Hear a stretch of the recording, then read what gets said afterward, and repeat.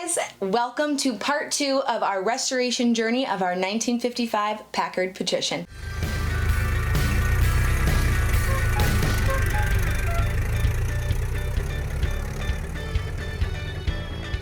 Basically what this second half of our journey is all about is the interior, making this car beautiful, just like how it was before. I entitled this video Sewing for Beginners by a Beginner because I have no idea what I'm doing. Okay, so getting started. How do you get started? Resource 1, YouTube. I mean, everybody YouTubes everything. And I kind of saw some videos by Salrate. I also found some free videos by a place called Lucky Needle.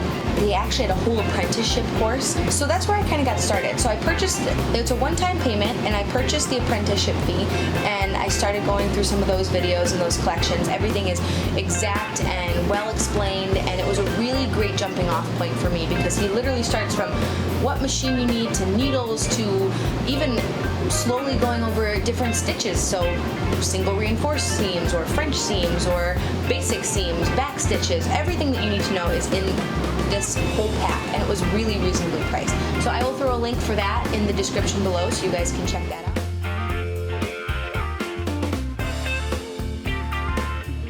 You can see here that I have tons of stuff on the table, so we will walk through some of the basic tools that you need, and then we'll talk a little bit about the machine. Just running through some of these things. This is a 6x24-inch acrylic ruler. Oops. Can never have too many yardsticks. I have this old wooden one here, and then I have a metal one. An L-shaped ruler is great for getting corners and if you need to measure along sides. It's water-soluble white pencils. So this is good for when you're marking up your fabric and you need to be either on the top of the fabric or on top of vinyl and things like that. Mechanical pencil, pins, and X-Acto knives for cutting fabric, some big upholstery shears. This is a rotary cutter, and you can lock it in place too for safety and all that. Very sharp, very nice. You can easily cut straight lines with it. Now what I want to do is talk about the machine that we chose. So we chose the Rex 607, and the reason we chose this one, it's portable, it's small, and for the amount of times that me and Dave would probably be doing upholstery work, we figured this was perfect for us, and it was really affordable. I think I got mine on eBay or Amazon for like $374.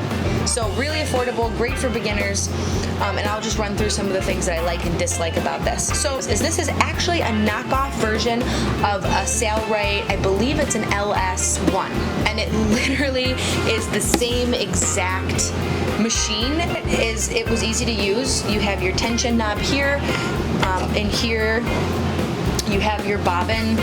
If you can kind of look closely, you can see that this is different than the domestic sewing machine. So you need an industrial sewing machine if you're going to get into upholstery work or marine boat equipment, canvas, covers, anything like that. How it moves up and down and it pushes the fabric through, and that helps with really thick fabric or foam or thick layers of fabric like canvas and things that you're working with. So it's a great machine for beginners because it's so basic and there's really nothing else. Your stitch links are over here. To reverse it, it goes all the way down, and then the different stitch links, you just move it up and down. The only thing I dislike about it is that it's very fast, and is with this pedal, and you literally just up and down with the pressure of your foot, and that's what makes it go fast or slow. Also, the arm length here on the portable is a lot smaller, so that can get tricky when we're feeding in large fabric. But other than that, it was affordable, and it's great if you're starting out and you're doing this recreationally. If you're doing this for other people or you want to start a business, I definitely suggest a bigger, nicer machine. So that was pretty much my beginner video. I hope that you guys like it. All of my links and resources will be in the description below, and I hope that you will continue to watch us and like, share, subscribe, and have fun. We'll see you next time, guys. Bye!